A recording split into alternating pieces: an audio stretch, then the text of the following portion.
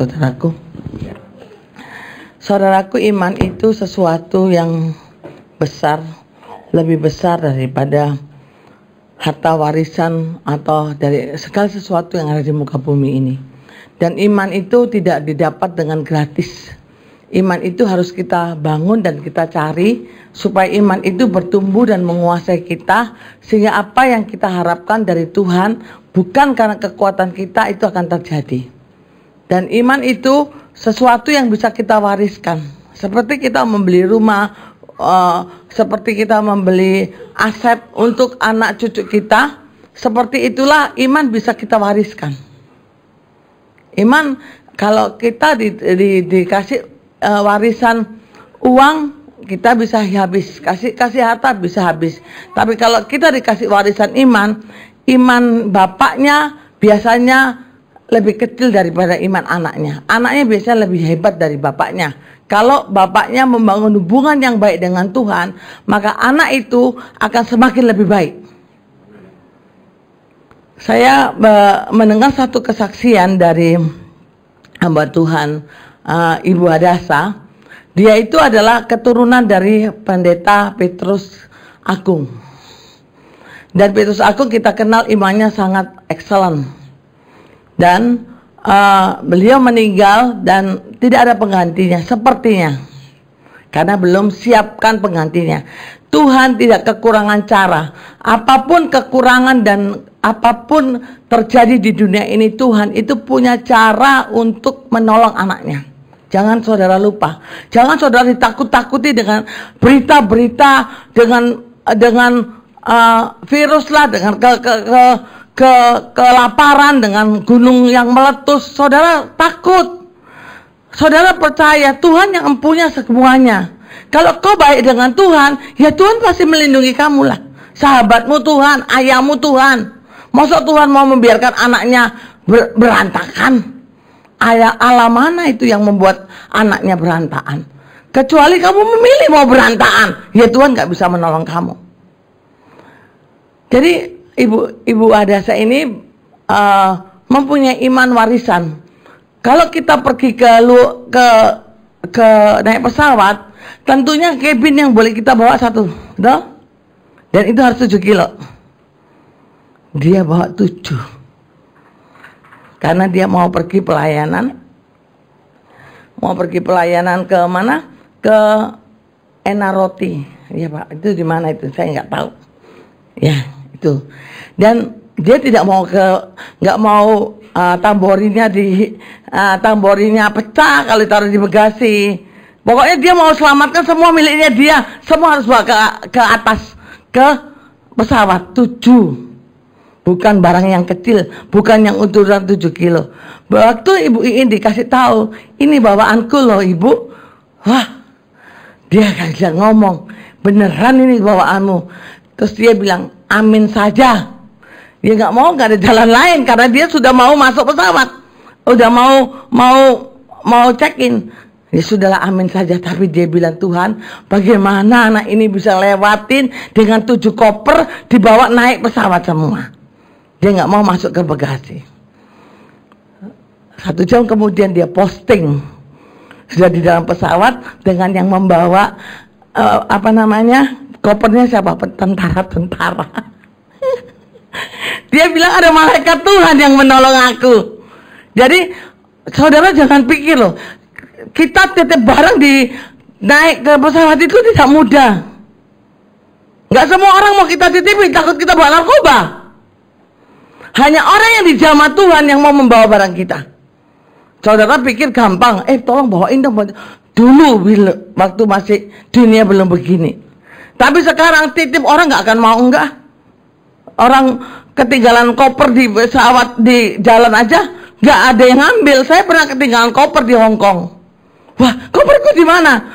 Cari-cari. Ya ampun, di situ. Nggak ada yang berani nyentuh. Dikira ada sesuatu. Jadi Tuhan masih punya wewenang atas hidup anak-anaknya. Dia masih punya kuasa untuk menolong saudara. Dia punya malaikat. Dia punya cara macam-macam untuk mengangkat hidupmu dan menjatuhkan kamu. Terserah Tuhan. Dia mau karena dia adalah raja dan dia punya hak penuh karena dia tahu apa yang baik untuk hidup kita. Tuhan tuh tahu apa yang baik untuk kamu. Kamu aja yang kepengen tahu duluan. Kamu kepengen milih jalanmu, kamu pikir enak. Enggak, Tuhan yang tahu jalan hidupmu. Serahkan aja sama Tuhan. Dia akan melakukan tugasnya dengan excellent. Ya, dia akan melakukan sesuatu yang baik. Kita yang kurang ngerti Tuhan. Kita mau belajar firman Tuhan di dalam Lukas pasal 22 ayat 8 sampai 10. Tolong dibaca bergantian, satu orang dari Edi ke Tian ke Rewadu.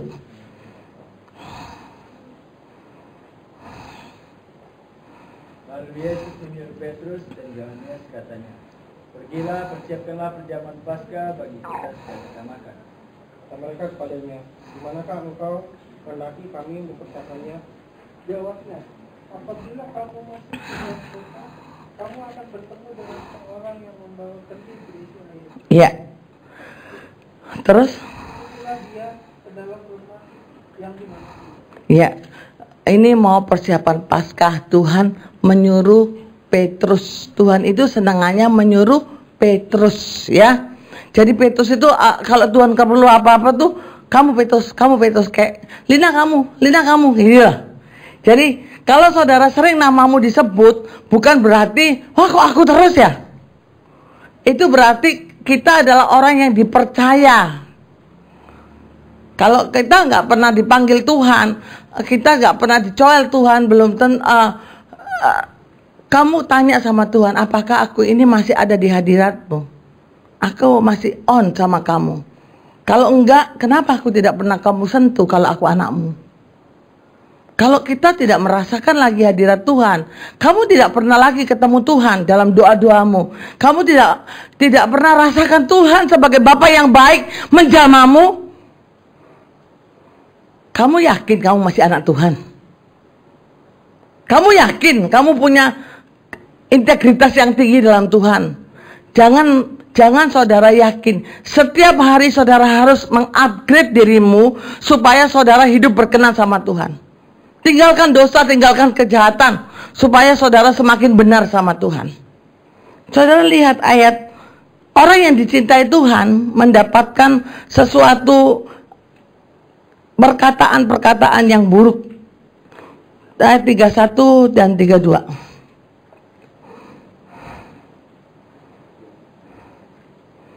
Simon, lihat, iblis telah menuntut untuk menampik kamu seperti kandung. Tetapi aku telah berdoa untuk engkau, supaya imanmu jangan gugur, dan engkau, jika engkau sudah insaf, kuatkanlah saudara-saudaramu. Ya, iblis menuntut si Petrus gugur. Menuntut itu artinya memaksa Tuhan melakukan sesuatu yang bisa diambil oleh iblis. Memaksa Tuhan membuka jalan untuk iblis bisa mengambil. Menuntut itu ngotot. Enggak, menuntut kan enggak boleh dikasih, boleh enggak. Menuntut itu harus dikasih. Karena iblis tahu haknya ada. Saudaraku, iblis tahu persis haknya dia. Bukan berarti Tuhan tidak bisa menolong Petrus. Bisa nggak Tuhan menghardik setan? Hei, kamu jangan ganggu anakku ya. Bisa. Tapi kali ini Tuhan nggak ngomong begitu. Tuhan malah bilang, aku berdoa. Betul? Supaya kamu tidak gugur. Dan kalau kamu insaf, kasih tahu sama temanmu, kasih tahu sama saudaramu. Tuhan tidak berdaya menghadapi iblis. Karena iblis menuntut, Sitian diambil. Karena iblis itu tahu persis Tuhan itu adil. Kalau kamu melakukan dosa, Tuhan tidak bisa membelamu. Dosa yang terus-terus kamu lakukan, yang kamu nikmati, yang dosa yang mengandung sesuatu yang berhubungan dengan masa depanmu, kamu akan menuai dan Tuhan tidak bisa menolong kamu. Jangan kita pikir setiap dosa itu bisa diampuni Tuhan. Kalau kamu terus-menerus berbuat dosa, kira-kiralah Dengan sengaja kamu menyakiti Tuhan. Dengan sengaja kamu mengotori dirimu. Dengan sengaja kamu mengabaikan perintah Tuhan. Bukan karena kelemahanmu. Udahlah, nanti diampuni juga. Kita kenapa suka perjanjian baru? Karena Tuhan mengampuni. Jangan salah. Perjanjian lama itu masih berlaku. Kalau tidak berlaku, ngapain Tuhan tulis perjanjian lama dan perjanjian baru? Kasih aja semua perjanjian lama, perjanjian baru. Waktu Yesus datang, udah semua dosa diampuni. Titik. 1 lembar doang. Kenapa Tuhan kasih? Begitu banyak ayat-ayat Tuhan itu Tuhan yang membalas. Tuhan itu Tuhan yang menghitung dosa. Supaya kamu hati-hati. Ada sisi baiknya Tuhan, ada sisi keadilan Tuhan. Tidak boleh saudara berlindung, Tuhan itu maha pengampun. Tapi dia bukan mengampuni secara murahan. Saudaraku, Simon dituntut sama iblis untuk gugur. Ya. Karena iblis punya hak atas diri Simon. Kita baca apa yang terjadi. Ayat 33. Jawab Petrus, Tuhan, aku bersedia masuk penjara dan mati bersama-sama dengan Engkau. Ya, Petrus itu karena terus-terusan disuruh Tuhan, mengkek kalau orang Jawa, orang Batak bilang, sombong. Aku yang bisa ngerjain. Kalau nggak aku, kan nggak bisa. Buktinya Tuhan suruh aku terus. Ada hamba Tuhan di Semarang yang berkata kalau ada nubuat untuk pendeta, dia nggak mau disampaikan secara umum. Kenapa? Kalau itu memuji, nanti dia sombong. Kalau hamba Tuhan yang nabi dari luar bilang, kamu adalah orang yang kucintai, yang begini, wah, merakku akan tumbuh. Lihat jemaat, aku dicintai Tuhan. Tapi kalau nabi itu membaca sesuatu yang jahat, dia bilang jemaat akan menghakimi. Padahal itu belum tentu sesuai dengan asumsimu. Wah, udah parah. Padahal Tuhan kasih tahu, teot. Kita sudah mengasumsikan, parah pendetaku. Dia nggak mau. Dia bilang karena gembala itu punya reputasi yang harus dijaga. Kalau reputasinya gembala itu rusak, iman orang akan rusak. Coba kalau kamu dengar saya dijelek-jelekin terus sama kamu. Waktu kamu tak doain, pasti hatimu jelek. Dan iblis yang tidak akan keluar. Kalau ke dokter itu harus percaya sama dokternya. Ya, kalau selama kamu punya cacat di hatimu tentang hamba Tuhan yang dirusak oleh reputasinya, kamu tidak akan dapat sesuatu dari hamba Tuhan itu. Kalau hamba Tuhan itu rusak atau jelek, kamu gak usah pusing. Elia di dalam 1 Samuel, Imam Eli itu adalah imam yang rusak di mata Tuhan. Ya, kata Alkitab, imam yang dursilah. Semuanya jelek, anak-anaknya jelek. Tapi Tuhan percayakan Samuel kepada dia. Betul? Serusak apapun hamba Tuhan, tidak perlu kamu gosipkan. Kamu yang rugi kalau hamba Tuhan itu tidak bisa dipakai Tuhan untuk memberkati kamu. Karena setiap hamba Tuhan yang mau melayani, dia pasti berdoa. Tuhan, apa yang aku kasih untuk aku mendapatkan, aku bisa ketemu orang ini, dan aku bisa memberi apa yang aku miliki daripada kamu. Itu hamba Tuhan. Saya seringkali berkata kepada Tuhan, kalau orang itu mengundang saya bilang, Tuhan, saya hambamu. Kalau dia kasih saya sesuatu, saya harus kasih sesuatu yang saya miliki dari Tuhan.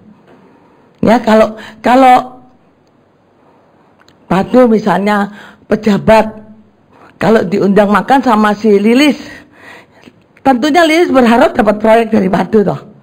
Betul ya? Kebanyakan kan begitu kan, mengentertain orang kan. Karena ketulusan anak Tuhan seringkali membawa hamba Tuhan dalam momen-momen yang membahagiakan. Tapi saya berkata, Tuhan, saya tidak mau ini gratisan. Karena aku hamba Tuhan. Engkau yang bilang, kalau orang kasih minum 1 gelas air putih kepada hamba Tuhan, dia tidak kehilangan upah.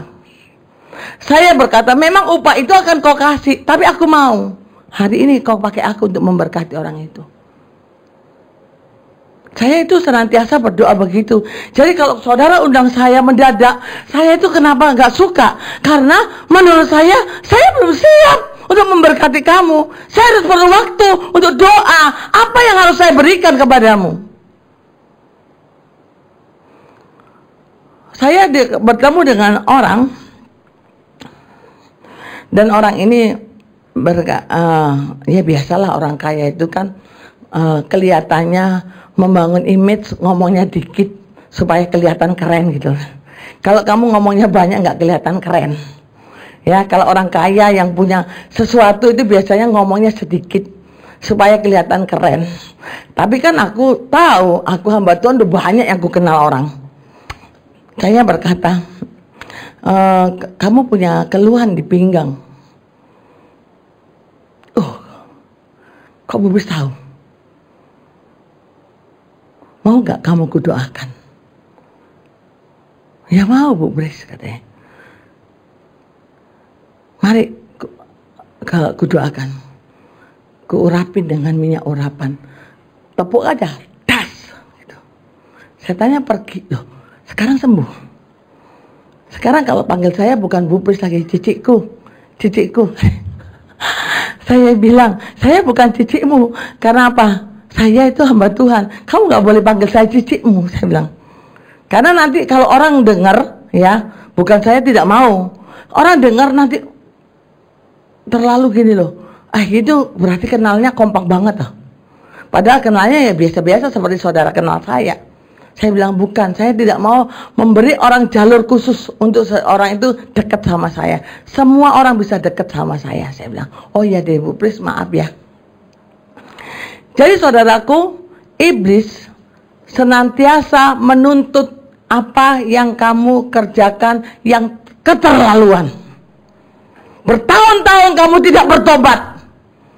Kamu anak Tuhan, kamu melayani Tuhan, tapi kamu tidak mau disentuh Tuhan untuk mengalami saya salah Tuhan. Saya mau bertobat dan saya mau Engkau tolong saya.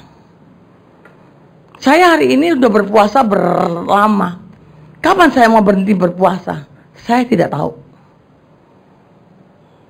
Saya bilang sama Tuhan, ada sesuatu yang saya minta dari kamu. Dan saya harus berpuasa supaya hati saya tidak rusak sama orang. Saya kepengen tahu Tuhan, bukan mau dapatkan rumah atau apa, bukan. Jangan salah sangka. Kalau mau mendapatkan rumah nggak perlu berpuasa panjang-panjang. Saya kepengen tahu hadirat Tuhan yang besar, yang bisa mengalahkan roh jahat. Kalau saudara bertemu dengan roh jahat, jangan saudara pandang enteng. Jangan memperlakukan roh jahat dengan tidak sopan. Karena dia adalah malaikat Tuhan yang jatuh. Dia adalah orang yang dulu disayang Tuhan. Waktu kamu baca di kitab Yudas, malaikat Mikael ketemu setan, usirnya apa? Usirnya, kiranya Tuhan menghardik kamu. Gak, hei Sontoloyo, sadar keluar. Kayak gitu. Padahal dia malaikat loh.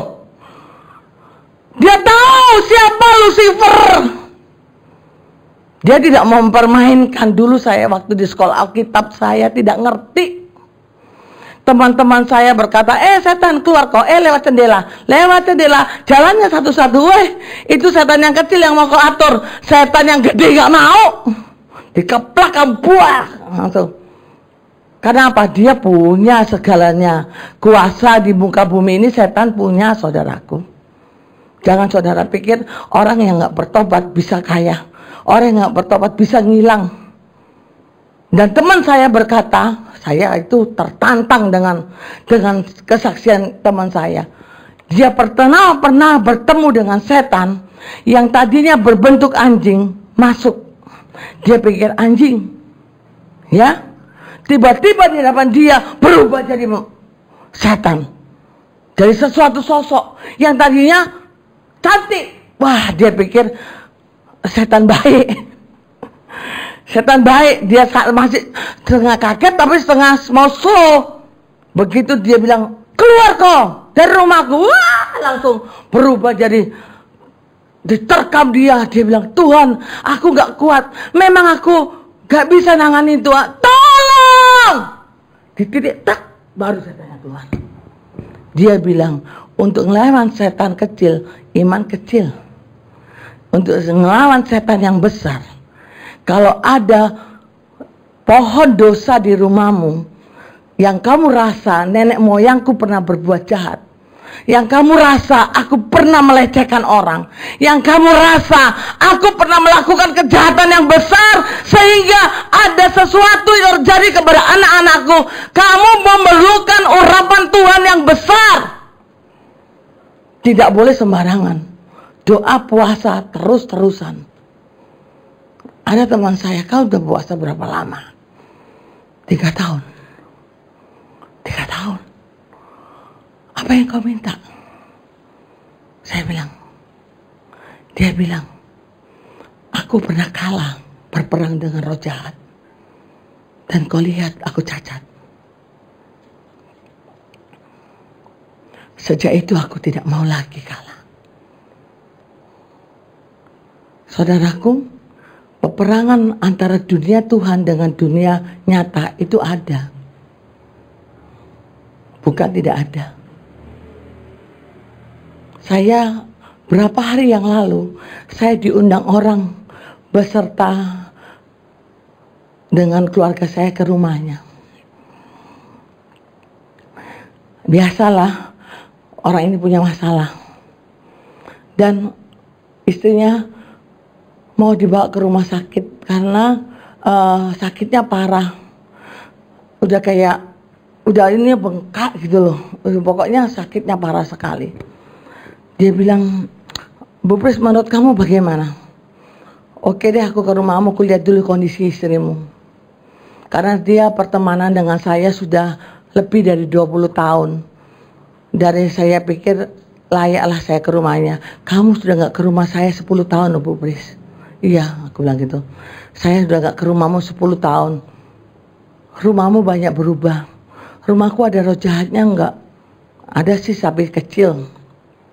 Biarkan sajalah, asal kamu bisa menangani doamu. Gak akan mungkin kamu kalah. Saudaraku, siapa yang gak senang ya menumpangkan tangan demi nama Yesus, hari itu juga sembuh. Itu sesuatu yang kamu gak bisa beli. Tangan itu saya tumpangkan, tangan biasa toh. Kenapa kamu takut menumpangkan tangan? Saya dulu pernah takut. Setan bilang kamu sombong. Oh, Tuhan bilang kamu sombong. Kenapa sombong Tuhan?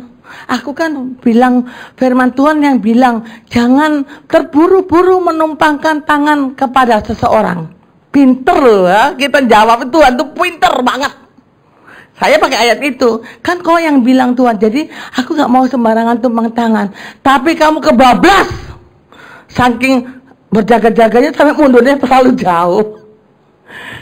Saya, kenapa? Karena kamu takut kan, katanya. Kalau kamu menumpangkan tangan atas orang dan orang itu tidak dilawat Tuhan, kamu takut kan?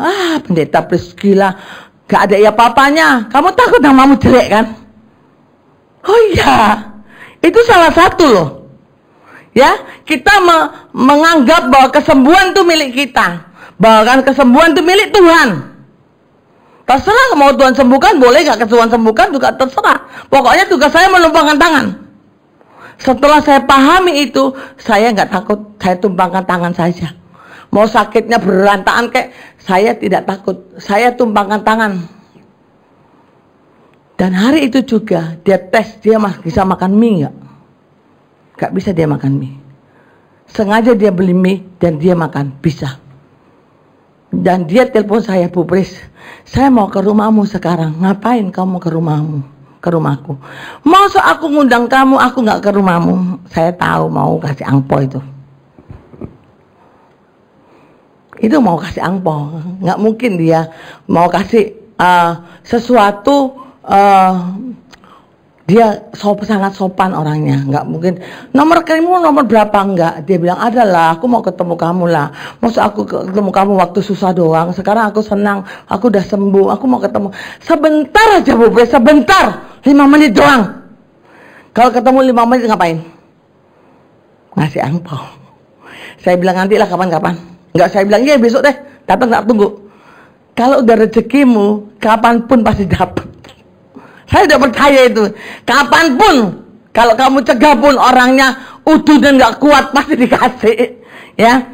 Jadi saudaraku, kembali lagi, Tuhan perlu berdoa untuk Petrus supaya tidak jatuh. Doa itu sangat manjur. Buktinya Petrus tidak jatuh terlalu dalam. Yudas karena tidak didoain Tuhan hilang. Petrus karena didoain Tuhan jadi penjala manusia.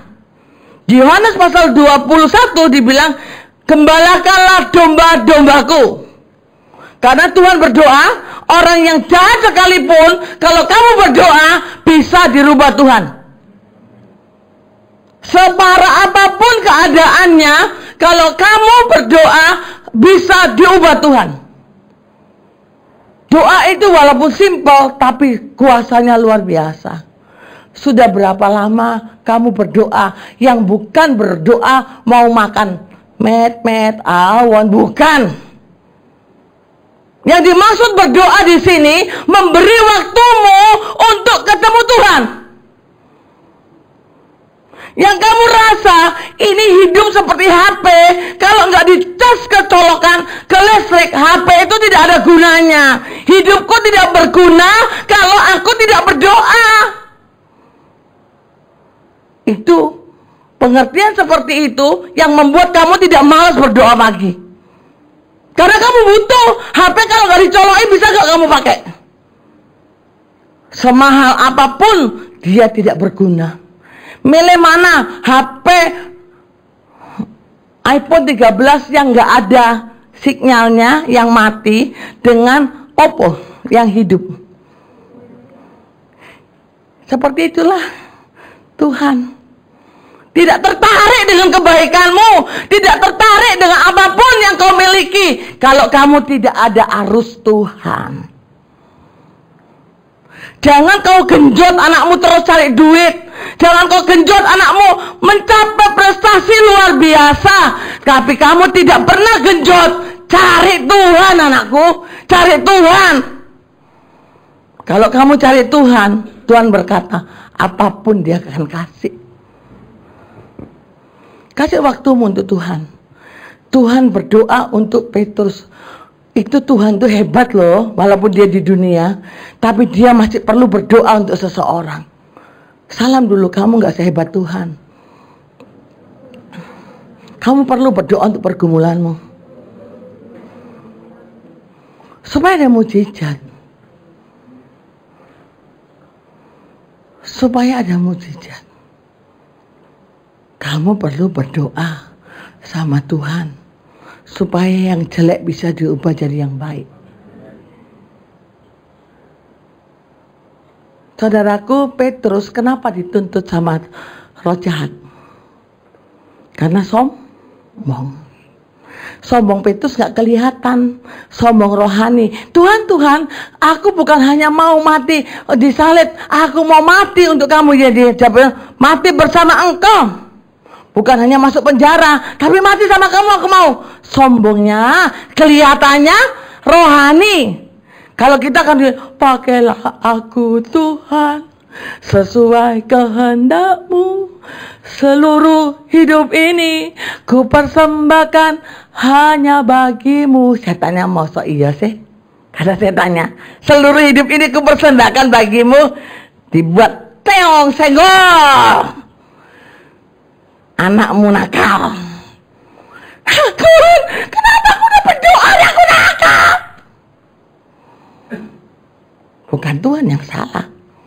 Kau kan minta seluruh hidup ini ku persembahkan hanya untukmu. Seluruhnya loh. Seluruhnya itu percaya bahwa dalam badai ada Tuhan. Kita maunya badainya nggak ada.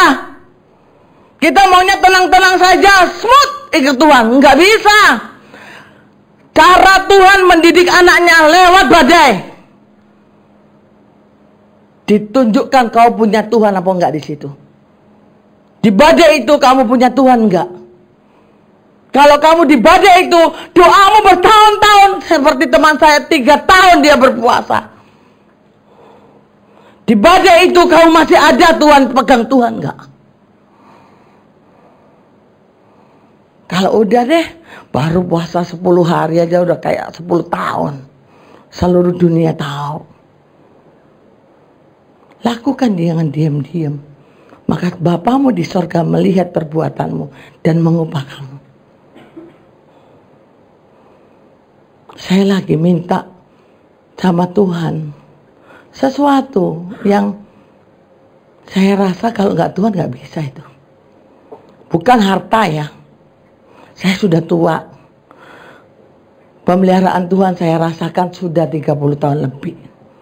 Tapi saya minta sesuatu yang bisa menolong banyak orang. Saudara pikir loh. Kalau orang Kristen sakit, yang diguna-guna mau cari siapa?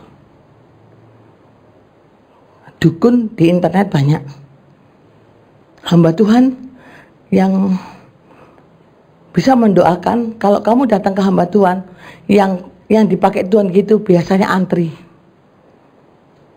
Ya, nggak gampang ketemu hamba Tuhan yang punya karunia itu nggak gampang.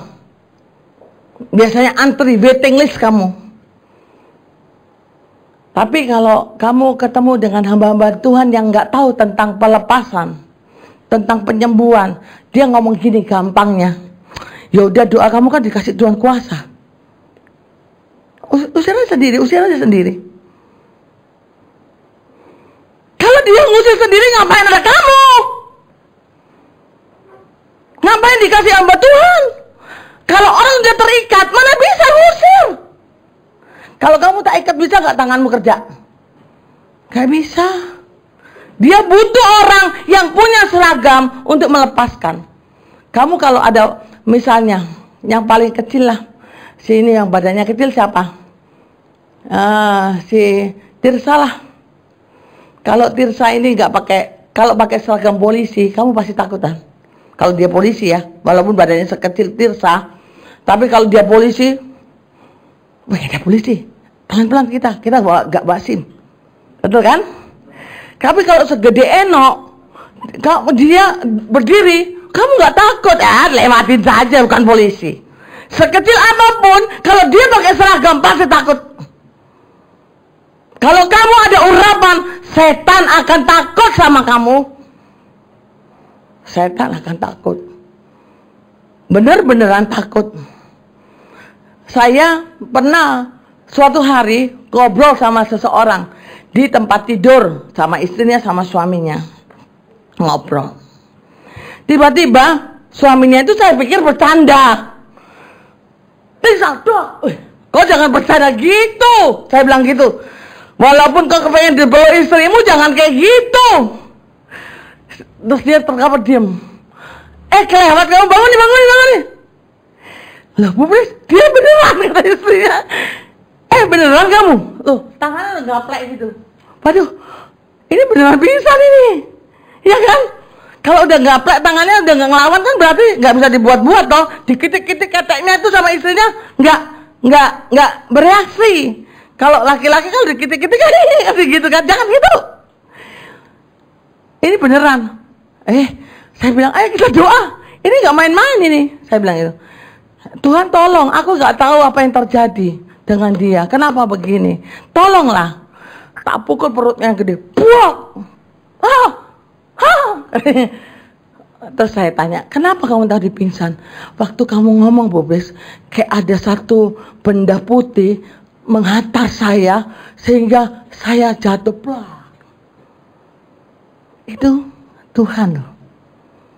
Karena ada roh jahat dalam dirinya. Waktu kecilnya dia diserahkan sama, kalau orang Cina itu ada penyerahan anak yang katanya diramal bahwa anak ini nanti jadi malapetaka kalau jadi anakmu. Jadi dikasih istilahnya dikuepang. Ya, dikasih ke orang yang dia manggil mamanya cici atau taci, tapi manggil orang itu mama atau papa. Gitu. Jadi seolah-olah setan dikelabui gitu loh. Setan tidak bisa dikelabui, dia tahu mana mamanya. Ya, jadi jangan mau ritual-ritual seperti itu. Perlu saudara berdoa untuk merubah keadaan. Si Petrus ini sombong rohani, ya. Sombong rohani itu apa? Kelihatannya kamu sudah memaafkan, udah. Kamu udah memaafkan, udah. Tapi kalau ketemu orang jalannya minggir. Itu belum memaafkan. Ya. Itu kamu mulutmu bisa tapi rohmu belum beres. Ada satu didikan Tuhan yang saya rasa saya harus alami. Proses merendahkan hati. Kalau saudara salah, dianggap salah itu biasa. Ya. Kalau kamu salah, dibilang salah, ya biasa minta maaf toh. Tapi kalau kamu nggak salah, tapi dibilang salah, dan hidupmu terancam gara-gara itu, kamu rasa kepengen ngobrol nggak? Kepengen ngomong nggak? Kepengen membela diri nggak? Kepengen dong. Sebenarnya nggak begini, begitu kan begitu. Kepengen jerit-jerit. Dan kita kepengen tahu. Di situ proses kita tahu siapa teman, siapa enggak. Waktu kamu tidak salah dan kamu disalahkan, kamu tahu siapa yang temanmu dan siapa yang bukan temanmu. Itu proses harus dilewati setiap orang yang mengiring Tuhan.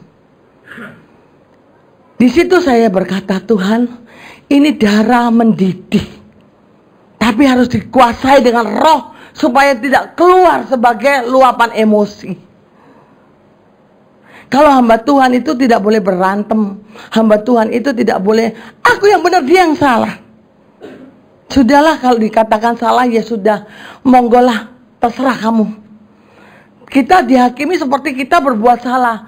Tapi saya berkata, itu tidak mudah proses itu, saudaraku. Bagi orang yang lahir Surabaya itu tidak mudah. Karena orang Surabaya itu kasar. Todik tompes. Kubunuh kau. Itu ajaran orang Madura. Dan saya bergaul dengan orang-orang seperti itu lama. Jadi saya tahu persis emosi saya harus ditunjukkan sama Tuhan. Proses itu dibilang proses merendahkan hati. Tatkala kamu benar, kamu disalahkan, itu proses merendahkan hati. Jadi kalau saudara mengalami itu, saudara jangan kepahitan. Saudara percaya, di balik itu, kalau kamu lulus, kamu pasti akan melihat ada tangan Tuhan yang lebih besar yang menyertai kamu.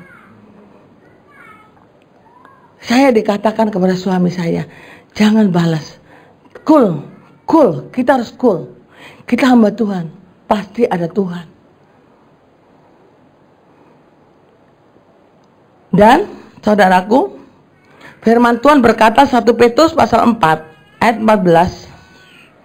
Tolong dibaca.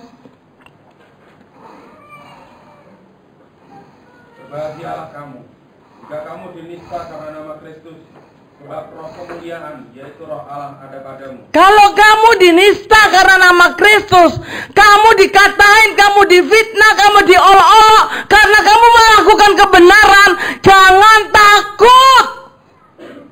Karena roh kemuliaan ada dalam dirimu. Saya bilang sama orang yang sedang bermasalah dengan mantunya, saya bilang kalau kamu sama dengan dia ngomong kayak gitu, kamu ngomong kayak gitu, kamu sama dengan dia, nggak ada pembelaan Tuhan. Sehingga dia kasih tahu sama semua orang, kalau aku nggak diomongin dia kayak gitu, tuh aku hajar dia. Hari ini dia nggak mantuku. Sekarang hubungannya dengan mantunya sangat baik. Saya bilang, jangan kamu jadi anjing tatkala orang jadi anjing. Kita harus tetap jadi domba walaupun itu serigala mau menerkam kita. Kalau kamu diterkam, itu seizin Tuhan, kamu dapat pahala. Tapi tidak diizinkan Tuhan karena aku lihat imanmu belum mantap. Kalau martir itu imannya harus mantap, baru bisa martir. Kalau kamu tidak salah, tapi dianggap salah, jangan marah.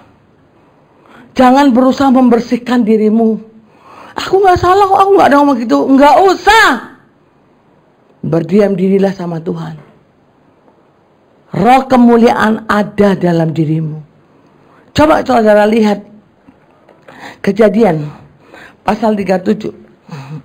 Ayat terakhir bagi kita. Saya mau ambil waktu untuk kita berdoa lebih lama.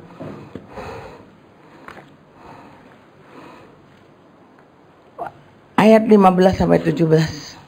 Ketika Yusuf berjalan ke sana kemari di padang, bertemulah ia dengan seorang laki-laki yang bertanya kepadanya, "Apakah yang kau cari?" Sahutnya, "Aku mencari saudara-saudaraku. Tolonglah katakan kepadaku di mana mereka mengembalakan kambing domba." Lalu kata orang itu, "Mereka telah berangkat dari sini, sebab telah kudengar mereka berkata, 'Marilah kita pergi ke Dotan.' Maka Yusuf menyusul saudara-saudaranya itu, dan didapatinya lah mereka di Dotan." Iya, Yusuf berusaha loh memberi makanan kepada sanak saudaranya. Dia berusaha baik supaya saudaranya makan. Dan dia menuruti kata orang tuanya. Katanya orang kalau jodoh itu direstui orang tua pasti terjadi baik. Saya bilang ada bencana di rumah tangga itu pasti ada. Rumah tangga itu tidak semuanya harus mulus. Pasti ada masalah di rumah tangga. Tapi jangan lupa kalau ada Tuhan, masalah itu pasti selesai. Separah apapun masalah dalam rumah tanggamu, pasti ada. Nggak ada orang semua smooth, nggak ada. Karena dua jadi satu. Kecuali kamu masa buruk. Yang penting. Itu mungkin nggak ada masalah. Tapi kalau kamu mau dua jadi satu, itu pasti ada masalah. Dan Yusuf, dan saya pernah ditanya orang, aku padahal menuruti mamaku loh, waktu aku pacaran sama si A, disuruh putus, mamaku bilang kawin sama ini, aku nurut, kenapa ada masalah? Saya bilang, mungkin aku gak tahu ya, aku bilang gitu. Apa dasarnya mamamu memilih itu? Tapi yang aku tahu, kalau memang kau yakin itu dari Tuhan, mungkin kalau kamu kawin sama si itu, nasibmu lebih buruk lagi. Jadi kan setan tuh berusaha mengatakan, wah nyesel gak kawin sama si doi dulu. Padahal waktu kau kawin sama si doi dulu, lebih sengsara hidupmu. Ya, lebih bagus menurut Tuhan lah. Ini saya bilang, ini adalah udah diperkecil susahnya. Pasti ada susah di rumah tangga, itu gak ada yang gak susah.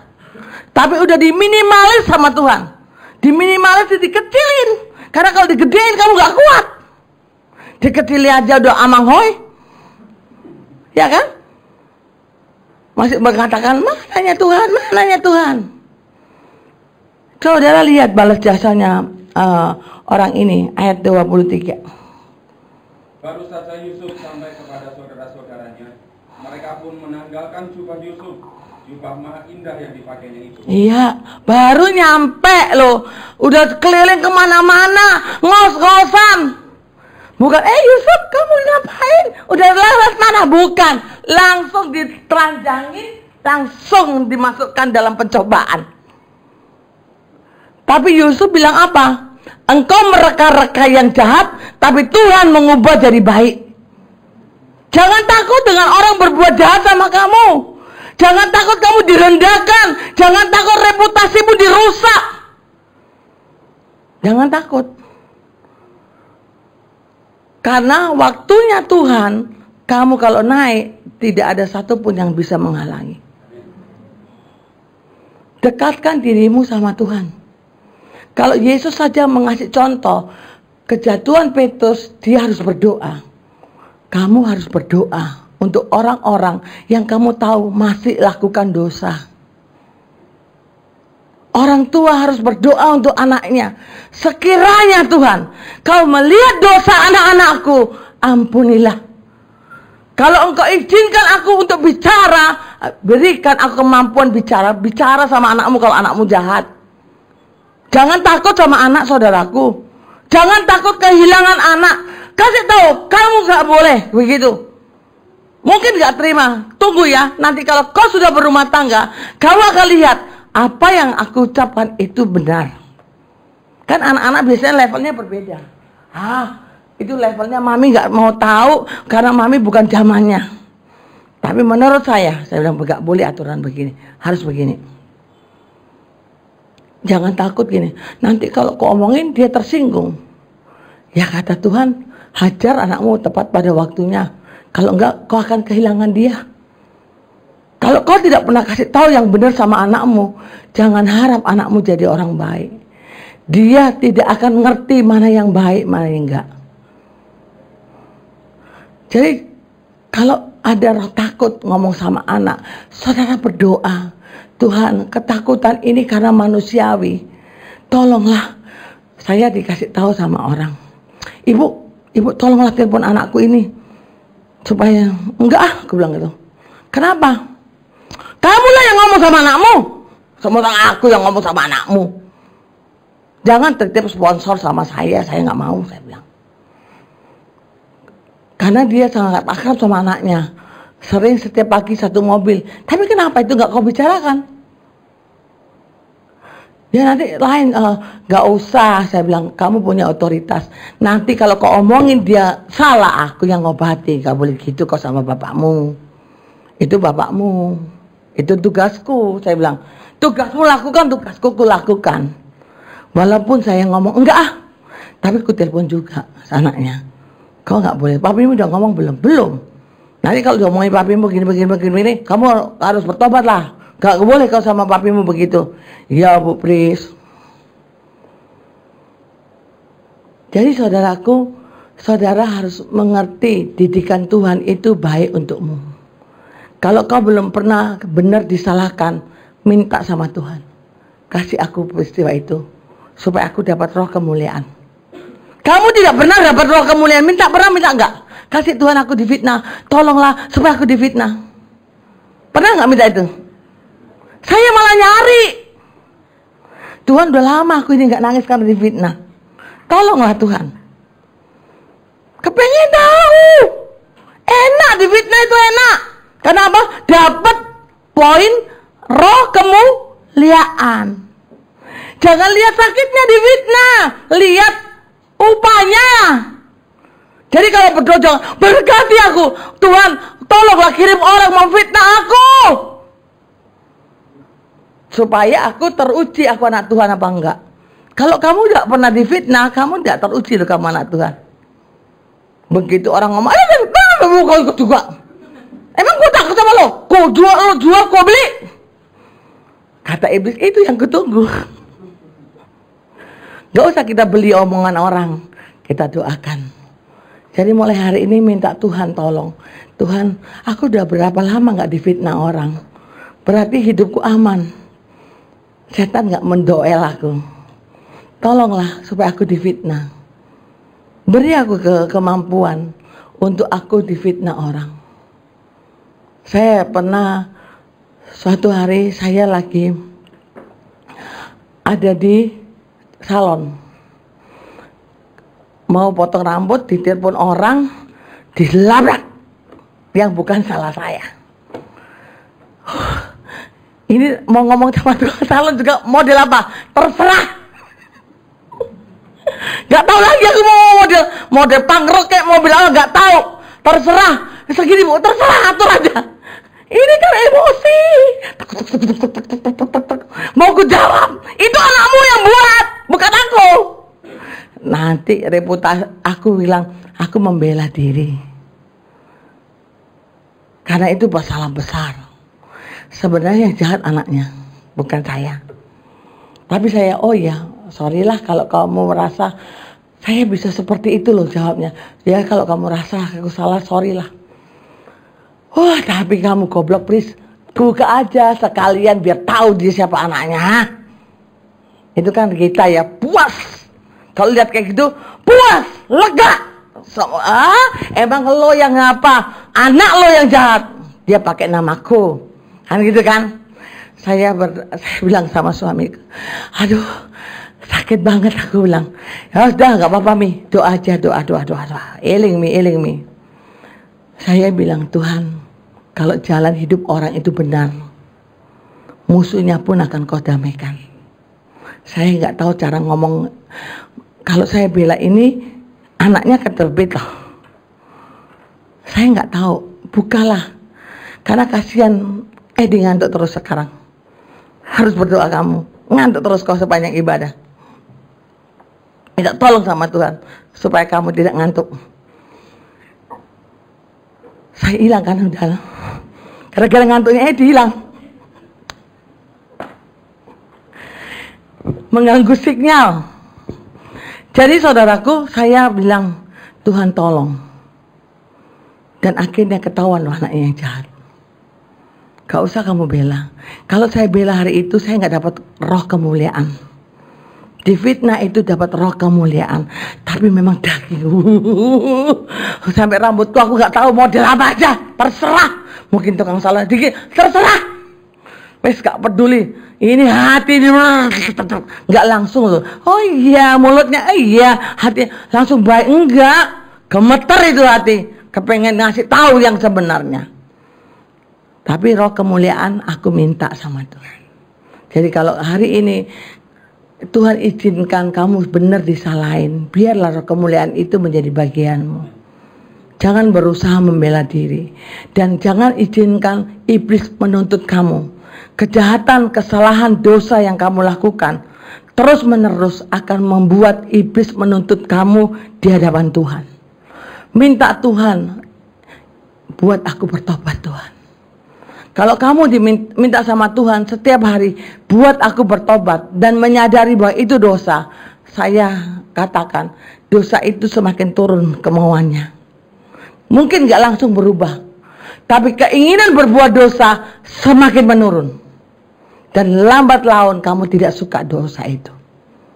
Jadi dosa itu gak langsung instan hilang.